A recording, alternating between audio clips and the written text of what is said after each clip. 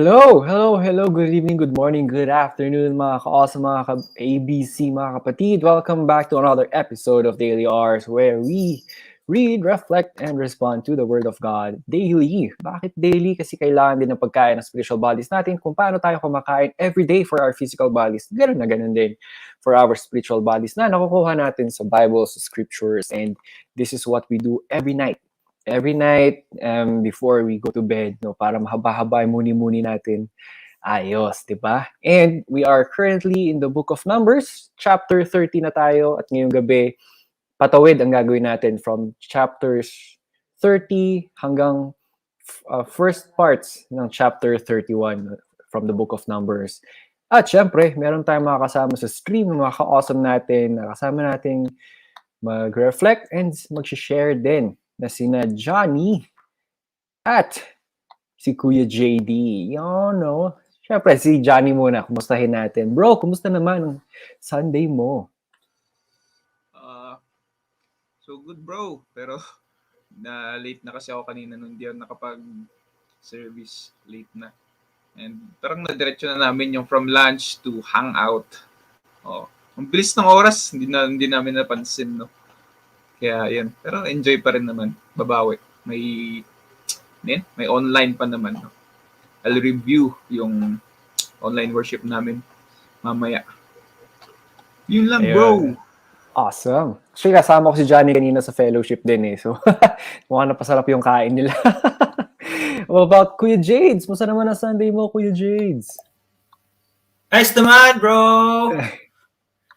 Ewan ko ba, parang last time, di ba, medyo may pagka-scared ng konti sa Omicron variant. Ewan ko, this week parang nag-die down yung nag-downtrend yung scaredness or scarity. Ano ba tawag doon? Parang yung fear na associated sa kanya, parang ewan ko, somehow na-dispel ba or what. Pero yeah, I hope hindi siya mag-full-blown mess katulad na nangyari sa Delta. Pero syempre, ingat pa din. But today was great. Face-to-face service kami, kantahan, sermon. It was all about Jesus, yung trial niya, yung sa Mark. Tandaan natin sa Daily Arts yung sinermon namin dito. But yeah, it's still fresh as always pag pinag-uusapan yung suffering ni Jesus. Talagang, mababagbag yung damdamin mo. How about you, O'Neil Mamen, balita? Awesome. Ganun din eh. Wala ngang masyadong impact yung bagong variant. No? Malakas na loob ng tao because of the vaccines, which is good. No, get them while you can. You get the vaccines for others, actually, not just for you. Ayun, para din hindi tayo masyadong mataas na anxiety because we have a good level of protection. And ayun naman, we're covering Hebrews. Speaks about Jesus as well. I mean, kahit saan naman tayo pumunta sa Bible, it's about Jesus. Nasa Numbers nga tayo, we're talking about Jesus. No, galing, diba? Galing. And, ayun, very fruitful then. I had fellowship today. It was awesome. I was with these guys, with having plannings for the year end and stuff. So, all is good. All is good. Daming time. And, syempre, nakibalita tayo sa mga ka-awesome natin dito. They're doing great. Praise God for that. Kumusta naman yung mga kasama natin sa comments? Si Crystal, andyan na siya. Good evening, mga ka-awesome. Good evening din, ka-awesome. At si Kuya Jesse, una siyang nag-una. So, una ka talaga. Una! And si Jemina, good evening. Happy Lord's Day indeed. We are blessed with another week. And let's start strong, no, with fellowship and reflection tonight. And si Crystal, gising na ba si Kuya Jade? Oo, gising na gising yan. Buhay na buhay yan lagi. And si Kuya Jess, ayos din naman ako, bro. Ayos. Good to hear. Hyper si Kuya Jesse ngayon eh. And si Johnny, andito rin siya. Nag-check in. Hello, good evening ka. Awesome. Good evening, Johnny. And si Leia, of course. Wow! Nasa Facebook siya ngayon. Bago. Hey, happy daily hours, everyone. Let's go for another week of learning and sharing. Smile, enjoy, and take care always. Ayun. Sweet. Thank you, Ate Leia. And si Bea Moore, blessed evening po sa lahat. And happy Lord's Day. Sabi din niya. And si Mother Dear, of course, good evening, mga kuya, mga ka-ABC, mga mga everyone indeed. And si Arnel, andyan na rin siya. Good evening, blessed night indeed. And si RJ, hello, happy Lord's Day din sa'yo. Medyo mabagal yung pasok sa comments pero ang dami na nating online, so baka quiet listeners. Hello din sa inyo. Hope you stay with us till the end of the episode and hope you're all doing well. And while we wait for the others to check in, quick recap muna tayo. Super quick kasi yung mga nabasa natin these past nights about offerings, lagi itong naririnig. And ang dami, di ba? Ang daming klaseng offerings. Meron yung mga may mga festivals din, the Festival of Trumpets, the Festival of Weeks, tapos monthly offerings, daily offerings, tapos meron din yung Festival of Tabernacles, tapos yung pinakamatunog, the Day of Atonement, di ba? Meron din yung the Passover. Pero isa lang ang punot dulo nito eh. Di ba? All these offerings had to be made to keep them in good conscience with God, to keep that relationship good and clear, good and pure, yun, to keep them away from sin as well, because the wages of sin is death, and there has to be blood to be offered or sacrificed so that they can stay by God and close to God. Pero all of these sacrifices, all of these offerings are to remind them that God is their God who brought them out of Egypt, and yung pagiging particular niya sa mga offerings, dapat unblemished, pure, and all, it somewhat parallels to the ultimate sacrifice that was sacrificed, even up to our time and to the future generation, which is Jesus Christ. He was pure, he was sinless, di ba? No fault, and he is the Son of God, and he was sacrificed. Diba? His blood was shed to make everyone righteous in the eyes of God. Siya yung ultimate sacrifice. So ito parang temporal lang siya na sacrifice until the ultimate one comes, which is Jesus. And dito, may important role din ng priest, no? The high priest and the priesthood. Ngayon, with Jesus being the sacrifice, also he is our high priest. So, kumbaga, these things that we're reading right now would give much more emphasis on how awesome Jesus is now for us, what he is doing for us, no? Which is lagi ang galing nga, we're reading Numbers, pero sa Sunday we're talking about Hebrews. It emphasizes on the awesomeness of Jesus, hence the word awesome. That's why we keep saying awesome, and we are awesome believers cross because we believe the one who is awesome, which is Jesus, diba? So, and ang dami pang insights and comments also about reliance to God, that He will provide the abundance. Kasi ang dami nilang sinasacrifice na hayop, pero parang hindi na uubos, di ba? Because God will provide abundantly. Sa atin ngayon, He also still provides abundantly. Diba? We even shared about the 3 P's, talents, treasure, and time. Ang dami. We just have to really open our eyes and realize them that we are so blessed, no? Yun. And again, ang daming takeaways and ang daming comments and insights, nandiyan lang yun sa Facebook page and sa YouTube. Pwede nyo panoorin yung dalawang episodes yan. Pero tonight, tutuloy na natin siya sa chapter 30 hanggang 31. No? Patuloy tayo. Which talks about vows, regulations about vows, and war with Median. Remember Median? Basahin natin sino yung mga yan mamaya. Maalala niya yan. And syempre, before I call on Kuya Johnny to read chapter 30 for us, tingnan muna natin yung mga humabol. Si Ate Lea, nasa YouTube siya bigla. Ayos dual device ba yan? Lakas Nag-awesome na siya. So kung ready na kayo, no? Have your Bibles with you, open them, and mag-awesome na rin kayo. And si Kuya Jesse may pahabol, everybody, encouraging every evening, everybody, everyone, everything, everywhere. Glad to be here. Welcome, everybody. Indeed, everyone is welcome. Invite them. Wala pang nagtatag. Ayun, si Arnel. Inumpisa na niya. Sabayan na si Arnel na mag-invite. Awesome, awesome. Thank you, thank you. And si Ate Jessa, andito na rin. Hello, magandang gabi din sa'yo, Ate Jessa. At si Bea Moore, nagtatag na din. Awesome. And, ayun, awesome na din. Hindi ko pa rin to gets, Kuya Jess. Anong habol? Josh, hello, good evening, good evening. Ready na si Kuya Jess. Nag-awesome na din sila Bea Moore. So, let's go. Let's go. So, Kuya Johnny, I shall volunteer you to read for us. Rekta na natin tong chapter 30. Ayan. Whenever you're ready. Okay, let's start. So, Numbers 30. Moses told the leaders of the Israelite tribes, "This is what the Lord has commanded. When a man makes a vow to the Lord or swears an oath to put himself under an obligation, he must not break his word. He must do whatever he promised. When a woman in her father's house during her youth makes a vow to the Lord or puts herself under an obligation, and her father hears about her vow or the obligation she put herself under, and he says nothing to her, all her vows and obligation she put herself under are binding. But if her father prohibits her on the day he hears about it, none of her vows and none of the obligations she put herself under are binding.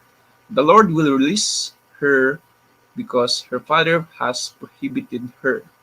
If a woman marries while her vows or the rash commitment she herself made are binding, and her husband hears about it and says nothing to her when he finds out, her vows are binding, and the obligations she put herself under are binding. But if her husband prohibits her when he hears about it, he will cancel her vow that is binding or the rash commitment she herself made, and the Lord will release her. Every vow a widow or divorced woman puts herself under is binding on her.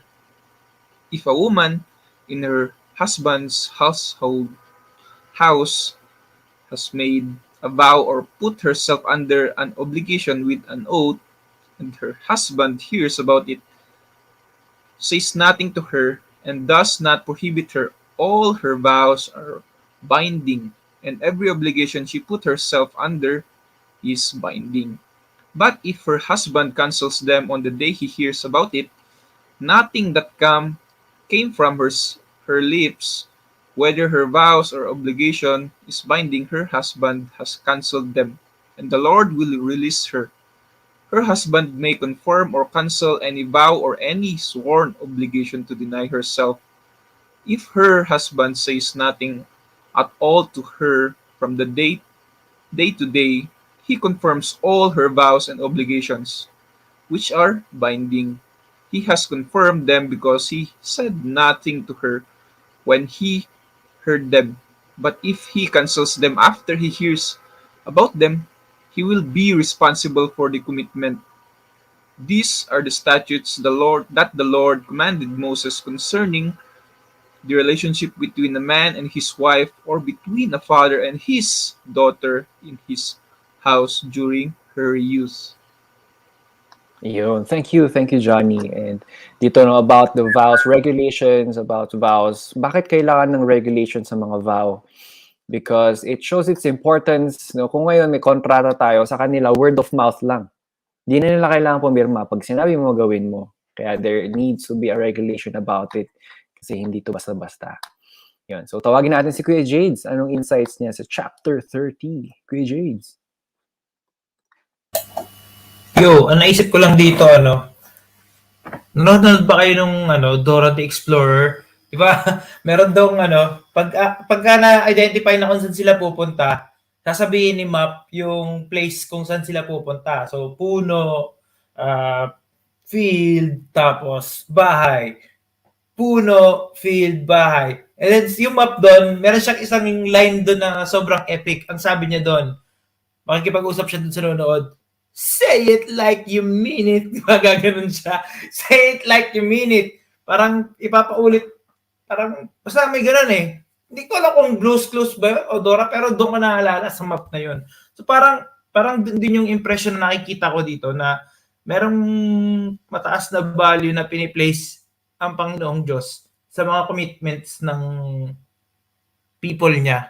Na yung people of God is they don't take their commitments very lightly. Kapag merong ang kailangan gawin or inubliga mo or inassign mo sa sarili mo yung isang commitment, isang pangako, you have to say it like you mean it. Hindi ibig sabihin wala para tayong wala sila na thoughtless commitments.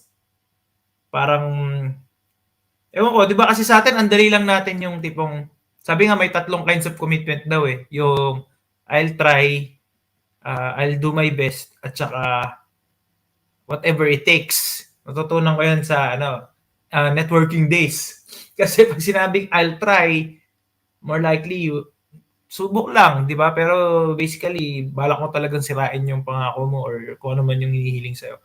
Pag I'll do my best naman, paano pag hanggang yung best mo is hindi pala pagsipot o hindi pagtupad dun sa role mo? Pero yung whatever it takes, ibig sabihin, parang walang pipigil or by hook or by crook talagang mangyayari siya. So parang ganun yung impression na nakikita ko dito. When a man makes a vow to the Lord or swears an oath to put himself under an obligation, he must not break his word. He must do whatever he has promised. Ayun, napapaisip ako kasi parang dami kong kausap na tao sa mundong to, madami akong kausap. Like, ito especially coming out of lockdown, maraming mga tipong yung we want to spend time with people, and then syempre to book in people, kailangan mo i-select kung anong day sa calendar mo available, and then yun na yun. Ang hirap magbigay ng kagad ng commitment. So pwedeng yung example na yun, or pangalawa is halimbawa, yung pag tinatanong ka ng, ewan ko kung anong ginagawa sa mga congregation nyo, pero di ba minsan may mga goal setting yan. Or part ng goal setting is yung parang ano muna yung meron tayo. Tapos tinatanong kung anong kaya mong gawin, ano yung mag-aambag mo sa church na to, ano yung skills mo or interest mo or masaya kang gawin, masaya kang ibigay sa church. Di ba minsan parang hesitant tayo na mag-commit or maglagay ng mga specific roles na pwede nating iambag. Kasi nga, hindi buo yung loob natin. We don't say it like we mean it or we're not fully committed. We're not whatever it takes kind of commitment. So dito, ganong klase yung pagtanaw ng Panginoong Diyos sa mga binibitawang salita ng Israel. Particularly the men. So yun yung isang naisip ko na pwedeng application sa church or sa everyday life natin. Tapos pangalawa is parang recurring yung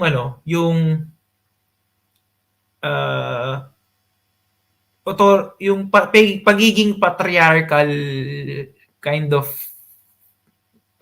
mode or governance ng Israelite generation. Kasi ang dalawang example niya is yung tatay o yung may anak siya na babae, tapos yung may asawa na lalaki. In both cases, parang kung walang comment, so proceed yun, binding yung vow niya. Kung may comment at sa oras na malaman niya na may objection pala siya dun sa vow niya, basically under ng care nung father, yung kanyang daughter, and under ng care nung husband, yung kanyang wife. So para talagang may ina-assign na hindi naman bigger worth pero bigger responsibility or work siguro si God sa kalalakihan, which is, I think it's speaking to us men na nandito, 16 viewers or mga makakapanood pa after this. Parang time mga lalaki, mag-iisip talaga tayong mabuti na um, may malaki tayong responsibilidad. Hindi tayo pwedeng mga floating lang sa buhay, di ba? At may direction, may firmness, merong responsibility, may pag-ako ng responsibilidad. Instead of running away from responsibility, kasi yun yung malaking temptation sa mga men ngayon eh, yung parang hindi tayo nagmaman up eh. Parang ano lang eh, madalas parang ano ba, Netflix na lang or games na lang. Hindi ko sinasabi masama mag-Netflix o masama mag-games, pero parang ang tamad eh, ang tamad ng galawan, ang tamad ng gaming, parang tamad uy, sorry sa mga single pero minsan, hindi tayo naghahaan, di ba? Tayo nagpo-pursue, posibilidad lang naman to. Hindi naman ibig sabihin na ikaw talaga to, pero baka. Alam mo yun, yung pwede kasing God is calling you for holiness and that is through building a family or going through marriage. Kaya lang, tamad ka, iba yung trip mo, layo ka ng layo dun sa God's call na yun. So, parang ganun, naisip ko. Pero, ano pa bang example na iba?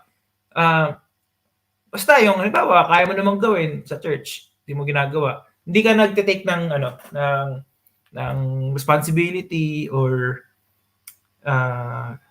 yun nga, call to leadership na ikaw yung hindi magmamando pero ikaw yung taga-ensure na align kay God kung ano man yung direction ng turf mo ng pamilya mo or ng parehas naman pamilya yun, yung asawa at yung anak. So, yun lang. Yun yung initial things na nakikita ko dito. Awesome. Thank you, Kuya Jades. Mismo, no? Yung input mo about vows, na ano ba yung mga trabaho ngayon na nag-oath taking, di ba? Even sa institute before, nung LM ako, may oath taking din kami. Ewan ko bakit, di ko na rin maalala ano yun. Di ba? Tapos, hindi na-emphasize gaano ka-importante yung oath taking. Kumbaga, kailangan mo lang siyang sabihin. Kailangan mo lang umattend para makuha mo yung lisensya mo to practice whatever your profession is. Pero hindi na-emphasize na once you break this, this could happen to you. Hindi na-emphasize yung ganung gravity of oath ngayon. Kaya siguro bumababaw na rin yung impression or yung word itself, oath or vow, di ba? Idalin din natin sa marriage. Kunyari, di ba may vows? Di ba? It's a covenant. Pero with statistics, ano nangyari sa marriage lately? Di ba? Ayoko na. You lose your vows. You lose the promise you took an oath in front of the Lord. No? So, bumababaw yung gravity of the oath and vows. Pero if we compare it in the olden times, pag sinabi mo, gawin mo. And encounter ko to in movies, di ba? Na if you swore an oath of allegiance to this king or to this prince, and then you break it, you die because of it. Ganon katindi ang gravity ng oath. Pero for us now, it's a good reflection that when we say something, let it be as it is, diba? Sabi nga dito sa Matthew chapter 5 verse 37, sabi ni Kuya kinwote ni Kuya Jess, let your word yes be yes and your no be no. Anything more than this is from the evil one. Ayun. And this is a reflection on how we commit ourselves din. Totoo yun. Bakit ang hirap, di ba? Madalas nating sinasabi na, hindi, gusto mo mag-fasty? Try ko. Why can't we just, yeah, sure. Ganon, di ba? Parang, go, full on, di ba? Bakit tayo nag-back out? Bakit half-hearted or sabi nga yung impression, half-assed, di ba? Parang kalahati mo lang nakashoot pero pwede ka mag-back out anytime. Di ba? Hindi siya Christian-like, if I may. So it's a challenge. I'm guilty of that as well. But, diba, when we say yes, let's go. Diba? Ayun. So, may comments si Josh. Pero, syempre, tawagin ko muna si Johnny sa thoughts niya sa chapter 30. Yes, I do agree no dun sa mga sharings no na about saying something or taking an oath na if we look na-emphasize din siya actually sa mga movies, no? How people take what they said seriously, na when they said that they will serve these people, they actually serve, no? And ayun, hindi nila binibreak yung oath na yun kasi they know that uh, what they have said is there's a great responsibility na ayun, may integrity sila sa word nila, unlike now na parang ang dali na lang magsabi, no? It's easy to say, no, things, but it's hard actually to do it. And for my comment dito sa Numbers 30, makita natin dito may structure siya actually, no, na we see that God is commanding, no, Moses about, taking an oath, no. And nakita natin dito at nung nabasa ko to, what the first thing came to my mind is yung sa Ten Commandments, yung fourth ba yun?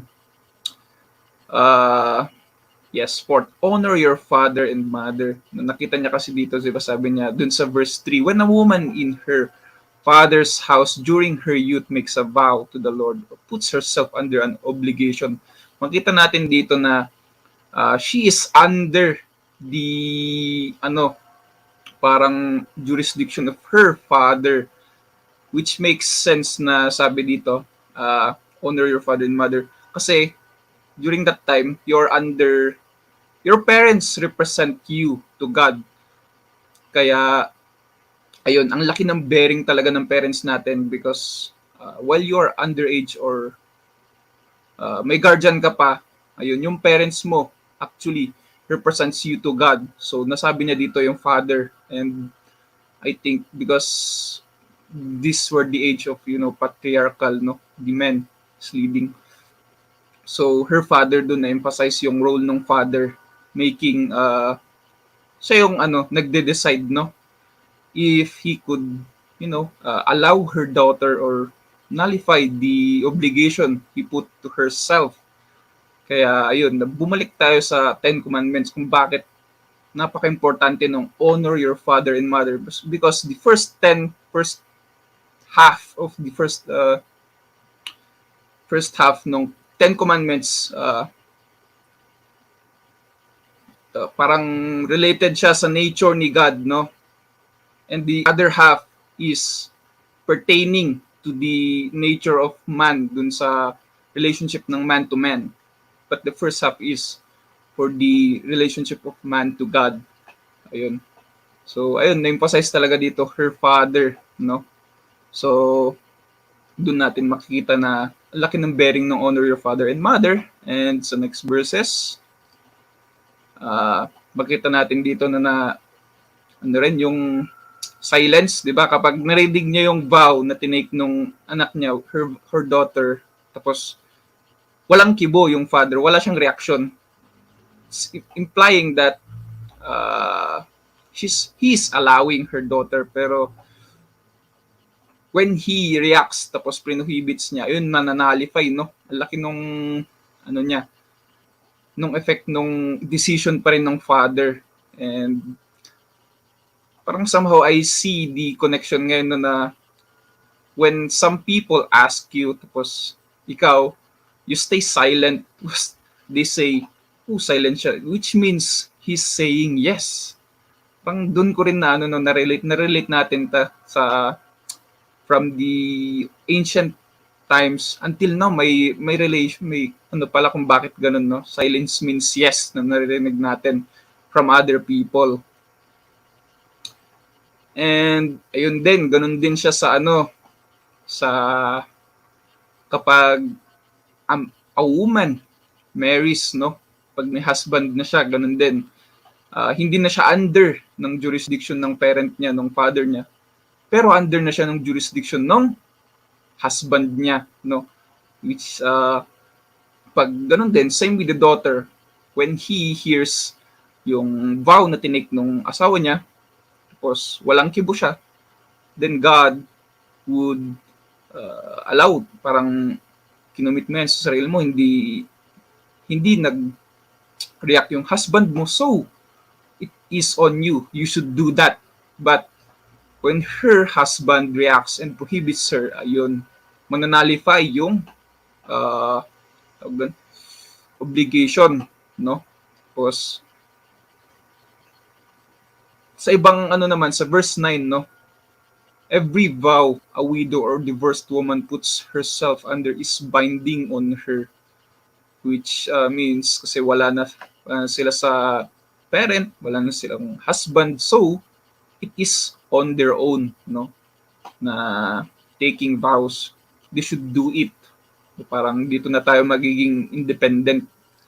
Hindi na sila under sa ano yun, influence nung nagli-lead no, sa house. And I think gano'n din sa verse 10, no? Parang naulit lang until 15. Gano'n, no? Parang inulit lang pero pares pa rin yung message na gusto niyang sabihin.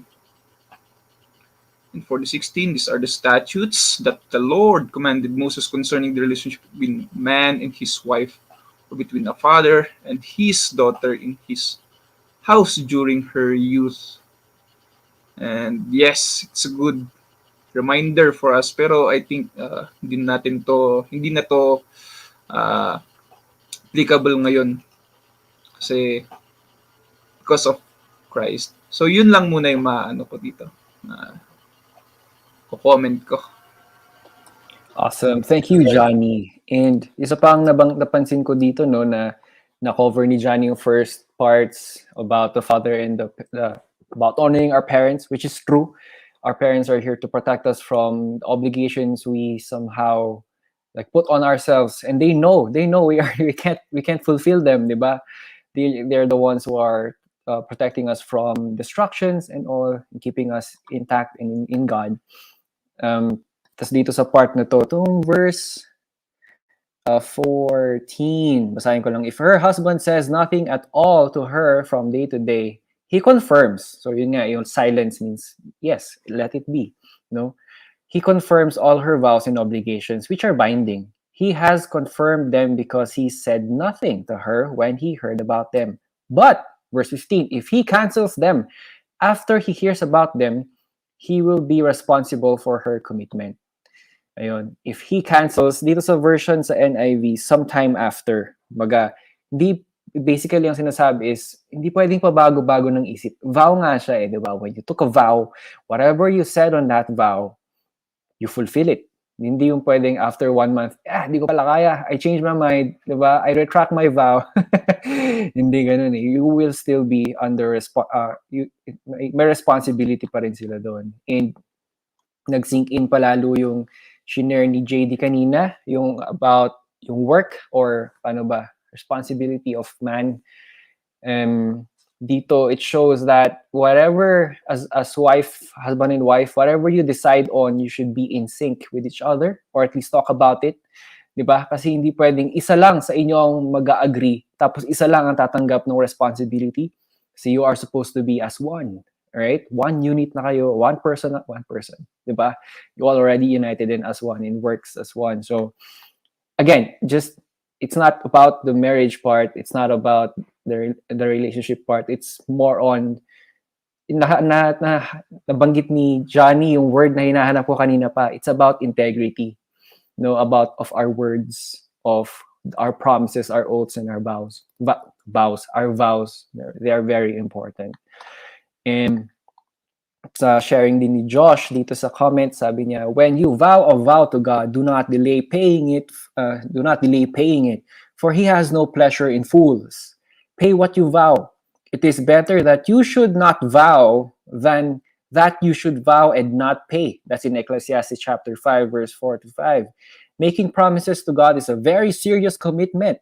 Kasi we are making commitment not to any man, but God, who knows our hearts and intentions.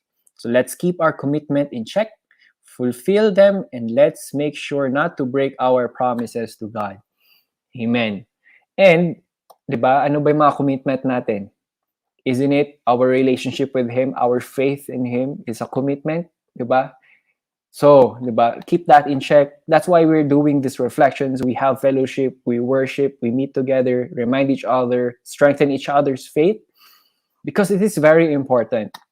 Diba? When we denounce our faith, that's very malalim yun, mga kapatid. So, keep that in check. That is true. Amen to that, Josh. And see, Kuya Jesse sa verse 2, when a man makes a vow to the Lord or swears an oath to put himself under an obligation, he must not break his word. He must do whatever he has promised. Phew! Diba? Mismo. Whew. Grabe. But then again, just emphasizes on a vow. Importance of the promise or a vow. And si Crystal, sabi naman niya, vow means promise, and when you vow, you mean it also sana. Lalo na kay God, when we make promises, we must put our best not to break it. Ganon din sa pag-promise natin sa ating kapatid or fellow Christians. Let us put actions to our words. True, because when we make promises and we break them, di ba? Doon kaya nagkaroon din ng saying na promises are meant to be broken. Hindi dapat ganon di ba? We are giving false hope, and that's not who we are, di ba? That's not how our master is. He did not give false hope. He's our hope.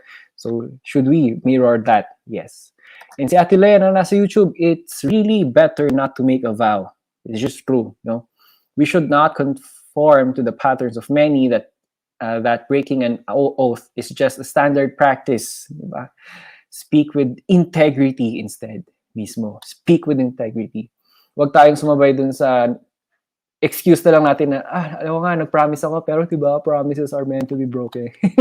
Di tayo yun, mga ka-awesome. We're different. Christ set us apart. So, diba, let's follow our great teacher and master. Thank you, Ate Lea. And may dagdag pa si Crystal. Sometimes, nakakatakot na rin maniwala sa promises ng mga tao. Hashtag, hugot ba to?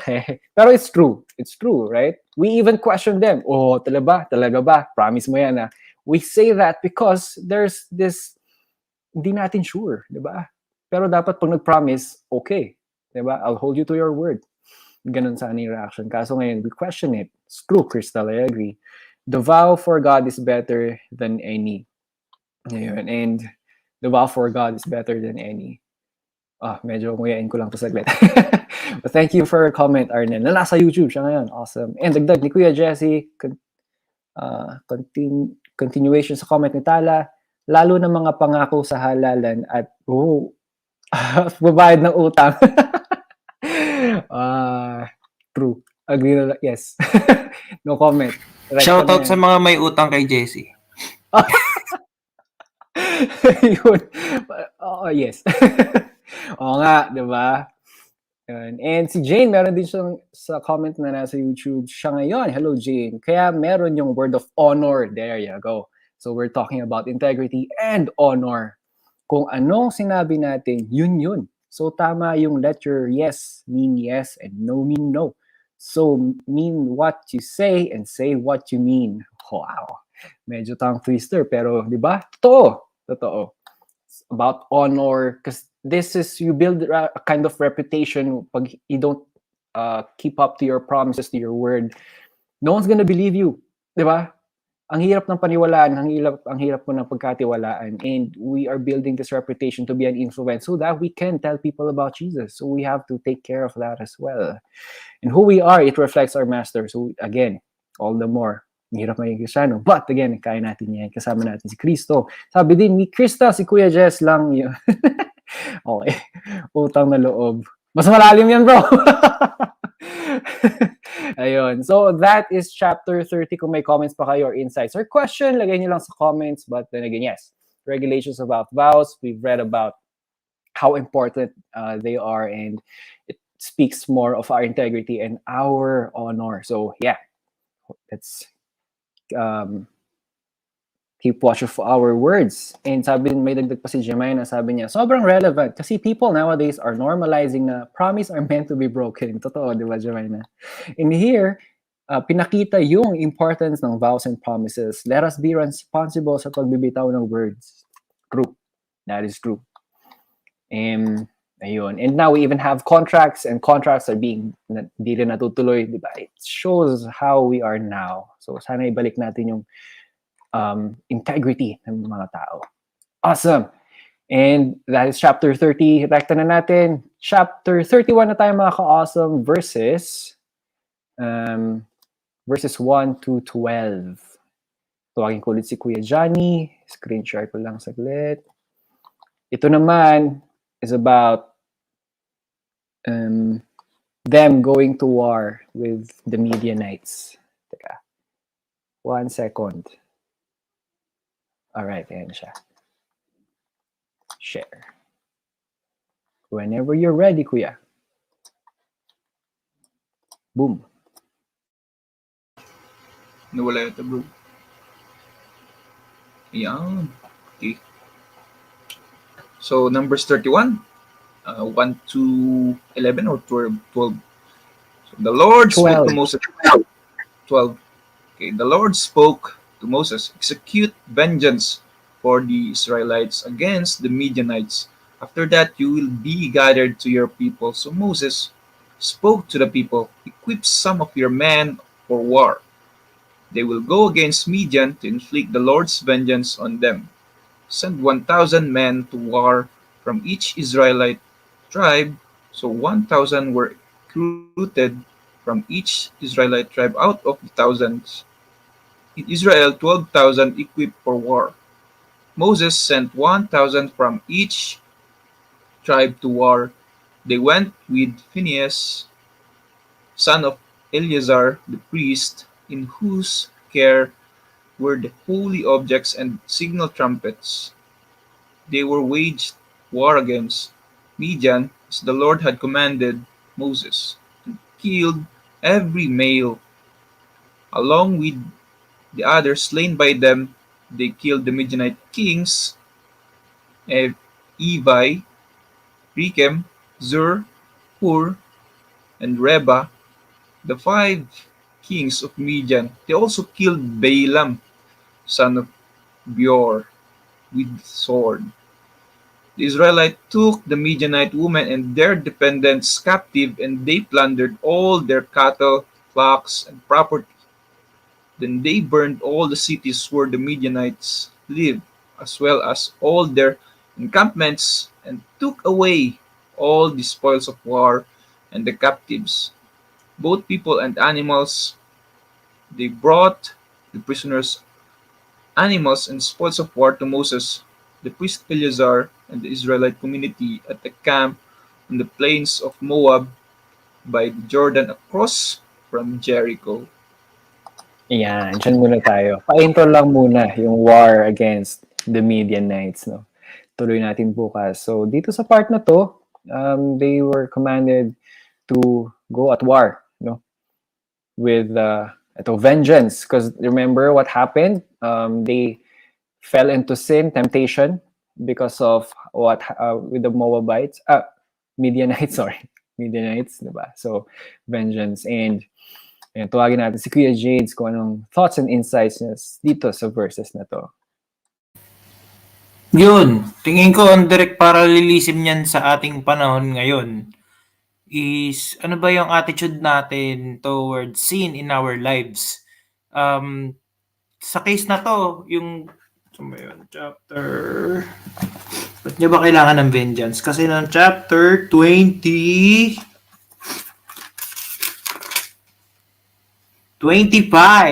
di ba? Sa chapter 25, yung mga Moabites, which is sila yun, isa sila sa mga Medians or Medianites, di ba? Sila yung nag-seduce sa mga men of Israel. So, nag-sex sila. At ano ba nangyari? Mga pagan yun di ba? May mga Diyos sila na gawa-gawa lang nilang hindi tunay na Diyos. So, napakalaking kalapastanganan nun na hindi naman sa ini-exclude sila, di ba? Pero, kasi alam mo na may ongoing rebellion yung nation na yun di ba? Tapos, nagmingle sila doon. Tapos, in a way, they identified themselves na hindi mahalaga ang tunay na Diyos sa buhay namin. Kasi, mas strip namin tong Diyos na to. Kasi tong Diyos na to, flexible. Adjust, di ba? Nagpe-pay attention siya sa aking lust of the flesh, di ba? Gusto ko ng ganito, di bigay. Ganun yung nangyari sa kanila. And masalimuot yung naging doon May pinatay doon ni ba na si Eleazar ba yun? Or sa may isang bayaning pari na he spared annihilation of the whole population ng Israel. Pero marami pa rin, libo pa rin yung namatay, 24,000 ba yun? Yung may plague, di ba?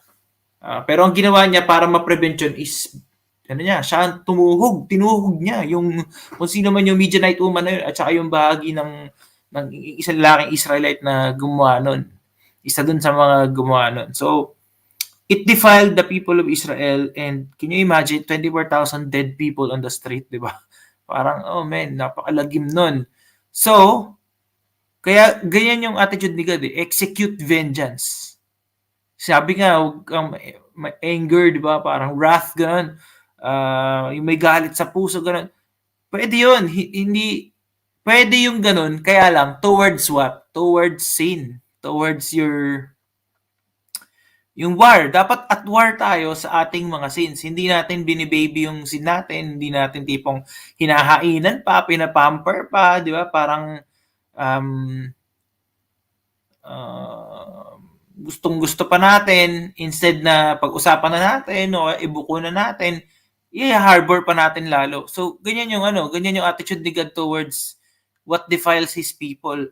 War mentality. So, ayun, napapatanong ako sa sarili ko, ako ba, doon sa mga, mga weak points ng spirituality ko, o ng buhay ko, ng mind, ng purity ng mind ko, at saka yung pagiging sync ko kay God, naka-war mentality ba ako sa aking sins? O sobrang relax ko lang na tipong hayaan lang, gano'n. Yung isang example na mabibigay ko is personal to, hindi nyo kailangan gayahin. Pero ako personally, may mga apps ako sa phone ko na intrinsically hindi siya healthy for me. So I have to wage war against those apps in my phone. So it has to go. Kailangan niyang mawala. Ayun yung example na naisip ko personally. Sa atin, kanya-kanyang isip natin. Pero, ibig sabihin ang holiness ay serious business, kumbaga. Hindi natin pwedeng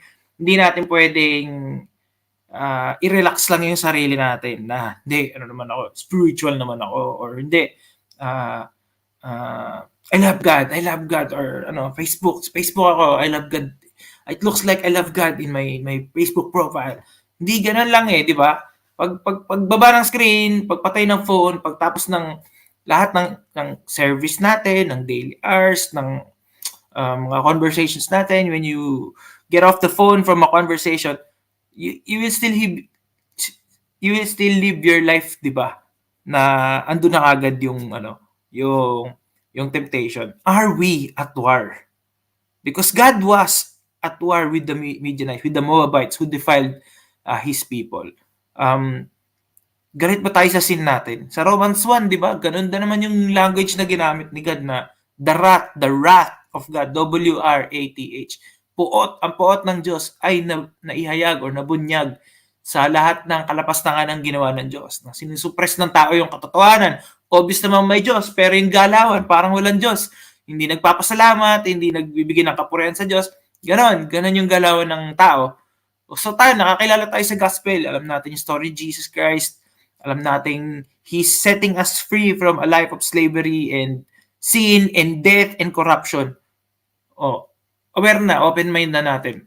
How does it look like for our everyday lives, di ba? Are we entertaining sin, allowing it to strike us open very easily, di ba? Or naglalagay tayo ng safeguards. So, naisip ko yung mga safeguards na yon, hindi lang siya kaya ng willpower Like yung kanina example, medyo willpower yun kasi ikaw magle-let go, ikaw di-delete, ikaw mag-isolate sa sarili mo. Pero isa pang way siguro to battle or to say na at war tayo is that we keep our peers close to us. Yung mga kasama nating soldiers sa war. Nakikipagkapit-bisig tayong lahat kasi hindi natin kayang salagin lang isa, di ba? May mga blind spot tayo. Para pag doon ka tirahin ng kalaban mo, ng Medianite, doon ka pala niya babanatan sa isang blind spot, di ba? So we need other people. And I think sa mga natatimingan na nagsasalita ko dito, yun lang din naman yung palagi kong binibigay. Pero siguro, let's just leave it out. Let's just stay in the fight and keep the war mentality sa buhay natin. I think yun na rin yung takeaway ko. Kayo naman, Brad. Awesome, which is true. I agree to that 100% Kuya Jades, and agree din si Kuya Jess, basahin ko na rin siya kasi pasok na pasok talaga, no? Yes, wage war against sin. Kaso, ito yung sad reality na we are guilty of this as well, no? Sometimes we keep our mouths shut about them. Nagiging at peace tayo madalas. Ayun. So, are we bothered? Are we, yung question na naalala ko before as reflection pag hindi ka nahihirapan, 'di ba? Parang ang weird as a Christian pag wala kang struggles, wala kang, though it's okay, I'm not saying na dapat naghihirap ka as a Christian. Pero 'di ba, we fight our desires, we fight temptations daily, 'di ba? So, those are our battles. We are called soldiers, 'di ba? Of faith. So we also have our armor of faith. So, yan. It all makes sense because we are fighting against sin. Ayun, sabi din ni Angelo, YouTube, TikTok, Twitter? Hindi ko kasi lang. FB, Insta, lahat na yan, no? Lahat na yan. And mismo, the war of the mind. And also, spiritual battle. Hindi siya physical like before na talagang with sword and shield and axe and spears. Now, it's more of holding on to our faith, allowing the Spirit to overwhelm us to help us in this battle, yung ganong klaseng battle, which is more spiritual, unseen battle, diba? Ayun. So, totoo din yung kapit-bisig as brothers in arms, right? Keep checking everybody. Kaya confess, diba? Confess to one another. That helps. That helps keep everyone in check. Yun. So, tawagin ko naman si Kuya Johnny. Ano naman thoughts mo, Kuya Johnny, sa chapter 31? So, for me, as I read, no, execute vengeance. Pero when we think about it, parang exaggerate, no? Because we don't see actually God, no, na vengeance. It's more of punishment, no? God is executing justice, ganun, or executing punishment to those people, no, na gumawa ng masama sa kanyang nation. So parang medyo off sa akin yung vengeance because God is not vengeful, no? Hindi siya vengeful. Parang in other terms, punishment na lang. He's executing punishment. And ayun din, nabasa ko rin dito na equip some of your men for war. So dapat ganun din tayo. Until now, I agree dun sa sinabi ng mga dalawang kuyas, no, that we should be ready for war. And hindi yung war na physically na puput ka talaga ng armor, no, yung bulletproof vest, ganun. Pero more of, spiritual armor, no, for battle. Kasi everyday nga tayo na So everyday tayo na sa war. So we should equip ourselves everyday din dun sa lagi tayong ready. Kasi hindi natin alam kailan tayo tatamaan ng temptation. Actually, parang every second nga may temptation kaagad. So, yun, we should make ourselves ready. And, ayun, as we move on, na-emphasize dito yung mga, pansin ko lang yung mga, sa dami-dami, may 12,000 na tao na, pero yung na-mention lang dito na names is Moses, Eleazar, because they did yung most of the work, yung mga mga parang special, yung mga may roles, no. And ganun din sana sa buhay natin, no. We should look dito sa may mga mentors natin na put them on siguro respect, no. Tapos nasabi din dito may mga instruments, no, for war, holy objects and signal trumpets. So they use instruments for parang war drums, ganun, to encourage parang high moral dapat sila. They encourage each other. And as we go on, ayun, dito na tayo sa 7 onwards, na nakita tayong pangalan ulit, no? Na parang every time na pupunta ako sa Idiliars na ko siya, si Balaam, no? Na yung prophet before, it was, used by God is now killed because yun nga, he was the one sa yung parang utak, no? Why Israel sinned against him, no? Na ayun nga, hindi niya ma-curse. So he actually made a way for the Israelites to be in trouble with God, and that is tempting them to sin. Yun yung sabi ni Brother JD kanina, na they were tempted to, have sexual relationship with the women of Medians or Moabs, no? Na, ayan, mingle, na sila, na-entice sila na kami na lang ito na lang na Diyos ang sambahin nyo kasi, well, hindi ganun kaano yung restriction niya. You're free to do your worldly desire. And ayun nga, fall on temptation naman sila. So, ang dami namatay no 24,000 and more, I think. And, ayun din. So, ito na, nag-war na, tapos, I think they were defeated. So, Israelite took the Medianite women and their dependents captive and plundered all their cattle, flocks, property.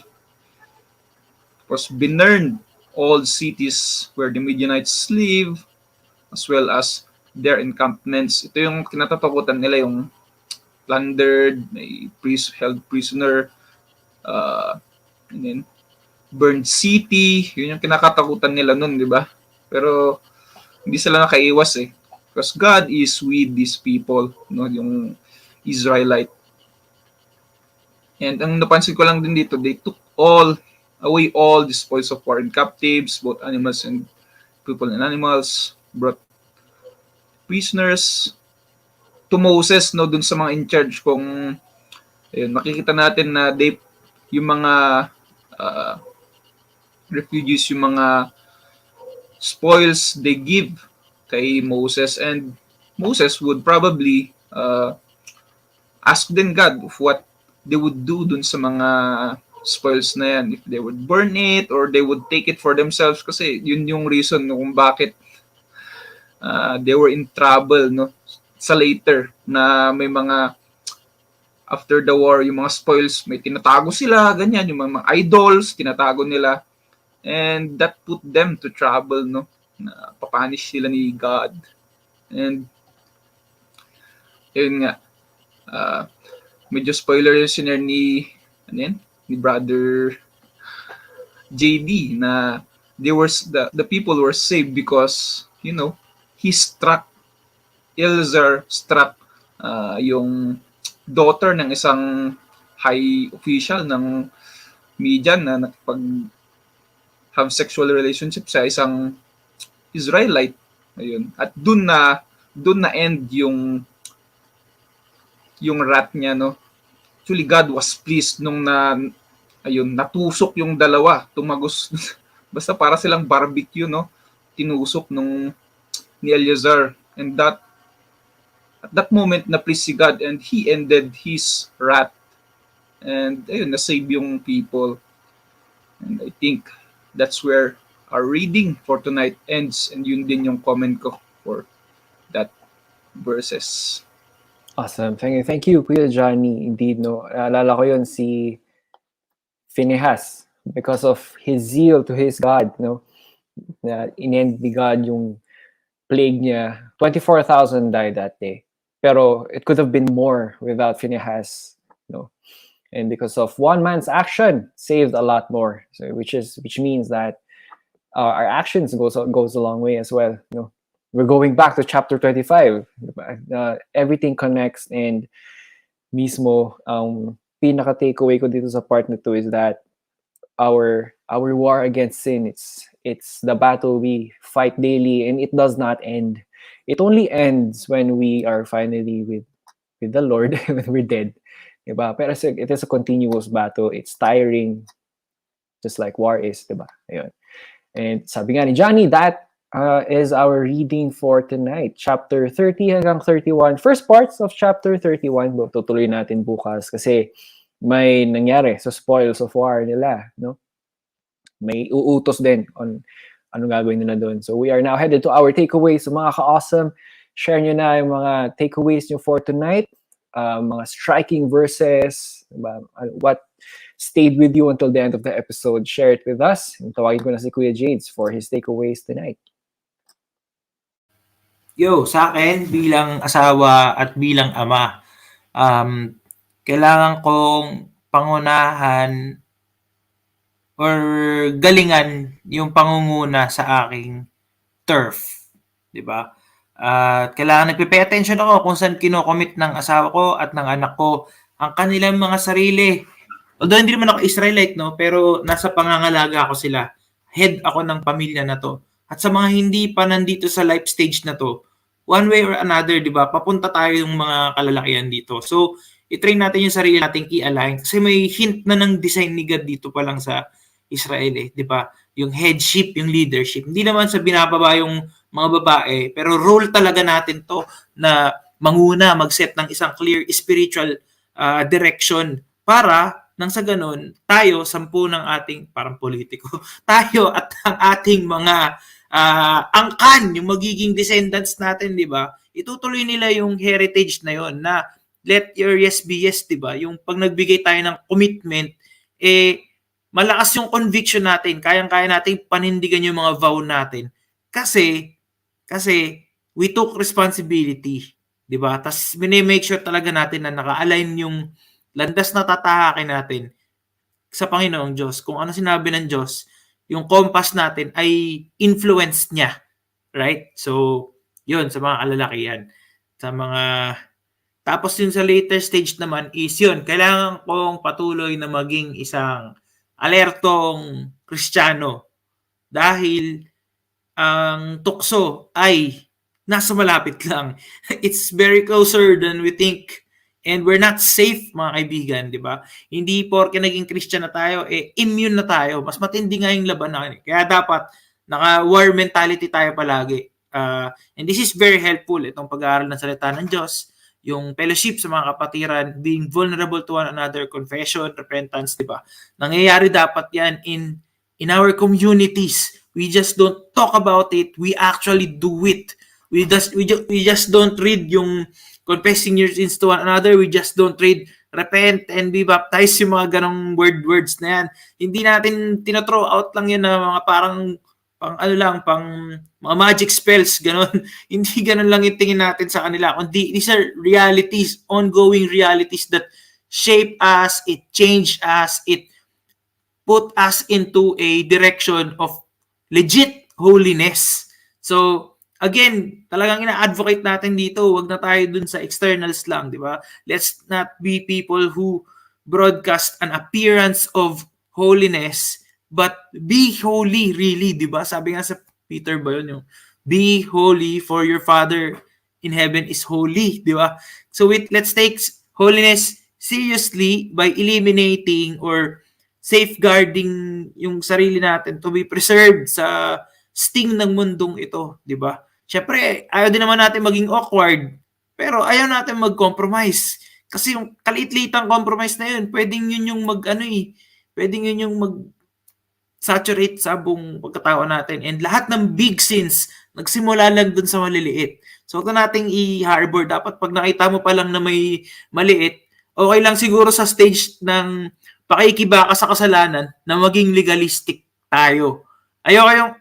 Generally, ayoko talaga ng legalism or legalistic, no? Pero pag dating dun sa kasalanan, di ba, parang masarap na ganun na lang sana eh. Parang isip ko, anak ko, hayaan ko ba na mapahamak muna siya ng todo-todong kapahamakan? Parang gusto ko, maliit pala siya, putulin na yung sungay, di ba? Parang, ipa-realize na natin na ano yung mali, di ba? Sa mababang stage pa lang, bago siya mag full bloom sin. Hindi umabot si David ng basta na lang nakapatay siya ng tao, nakipag-sex siya sa hindi niya.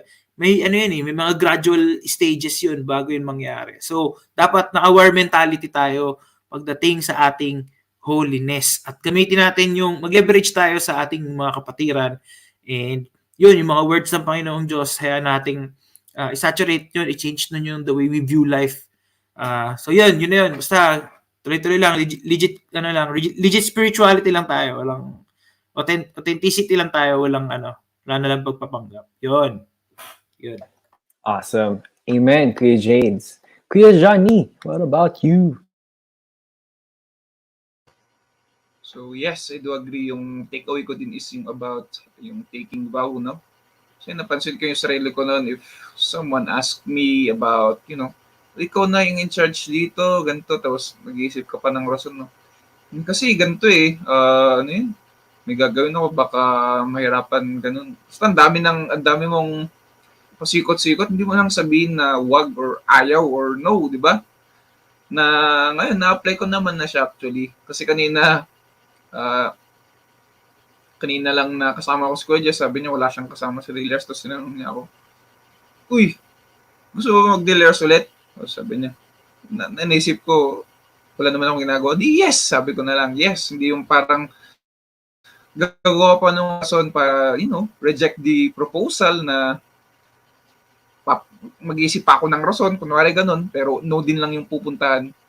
And yes, na-remind din ako dun sa shinare ni Kuya Jess, yung the Sermon on the Mount about Jesus, no, sa Matthew 5 verse 37 na let be your yes be yes and no be no. Laki nung impact nun na kung ayaw mo, di wag talaga. Kasi, if kung half-hearted ka na you're taking commitment, tapos along the way, may regret ka pa, no? Na hindi nangyari, tapos, ayun, may regret ka pa na sana hindi ko na lang ginawa to or ganun. And yun yung pangit, may regret, yung half-hearted ka na, nag-fail ka na, may regret ka pa, tapos disappointment, basta ganun, parang patong-patong na yung effect nung decision mo no, na from the start you should have said yes or no. And ano pa, yung sa ano naman, dun sa being, prepared, no, for war na yun nga, daily yung struggle natin. And we don't know, bukas pala may ganito. So we should be, ang tawag doon, armed. Lagi tayong handa. Kahit na siguro natutulog tayo, dapat, prepared tayo, no? Yung, dapat, naka-fully armored pa rin tayo. Kasi, alam mo na, kahit anong oras mag-strike yung kalaban, di ba? And, ano pa ba yung reading natin? I think yun na, nasabi na rin kasi ni Kuya Jades, no, yung mga essentials, yung mga kailangan natin for tonight na paghandaan and takeaways din. Para ang magandang reminder yung lesson for tonight, no, about vows and being prepared. And I think that's it for me for the takeaways. Thank you. Awesome. Thank you, Kuya Johnny. And totoo, no, be prepared. And sabi nga ni Arnel dito, super connected, no, about being vigilant. Christians in our time today, even in their time, has their own struggles in battle for sin. We all know this is a spiritual warfare because demons have a delegation for every Christian. So nandyan lang yung demonyo kasi the temptation, diba? We battle ourselves as well, our desires, our nature. So just be aware and vigilant, which is true. Yung pasok sa sinabi ni Johnny, and also the reading from before that we start the day with God and we end it with Him as well, and that we keep guard of out what we have received through Him, diba? Ayun. And sabi din ni Kuya Jesse, let us be people of integrity where we walk the talk. We might not do it perfectly, but let's keep trying with God's help. Let's go. It is true. Let's accept the fact that we are not going to take it, we're not going to make it perfectly. We are a fallen nature. We have our own weaknesses. But that's where Jesus comes in the grace and mercy of our God, diba? Meron tayong buffer. Wag din sana nating abusuhin, pero what matters is we try, diba? We try to keep it. And we stay with God. Ayun. And let's not take things for granted, lalo our faith. Sabi din ni Crystal, whenever we go into the battlefield, always remember to put the whole armor of God in Ephesians chapter 6, verse 11. That is true. Kaya din, anong unang ginagawa ng sundalo pagising na bago pumunta sa battle? He puts on the armor first thing in the morning. So for us Christians now, what do we do first thing in the morning? Diba? We start the day with God. Reflection to, I believe, 2 nights ago. From Jerome, I heard this. And Ephesians 6:11 and emojis ni Kuya Jesse. And that ends the episode for tonight, which focuses on regulations about vows, very important vows. Let's be careful of our promises and our words, and war with Midian, and in turn for us, war against sin. Let's keep battling. Pag napagod, pahinga lang, laban ulit. At syempre, hindi matatapos itong episode nang walang paroleta. Meron pa rin tayong paroleta dyan. Ayan. Ang mga pangalan na nakasali dito sa roleta ngayong gabi ay ang mga nag-comment. So kung nag-comment kayo, andyan yung pangalan nyo. Paikot-ikot ako And same rule applies. Kung kanino huminto ang roleta, kailangan nyo mag-attendance check. Kung wala kayo sa comments, ibibigay namin sa iba. Sayang naman. So, Kuya Roleta, paikot mo na yan.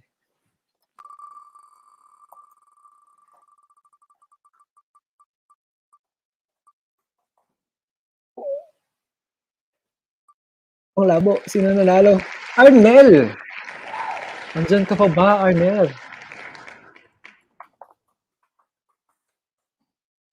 Arnel? Present daw. Hindi naman ikaw eh. Arnel, attendance check. Ayun na siya. So he wins the Pagcash tonight. So Kuya Arnel, wait for that message. You will receive one. And congrats. And thank you for staying with us till the end of the episode. And that's it for us tonight.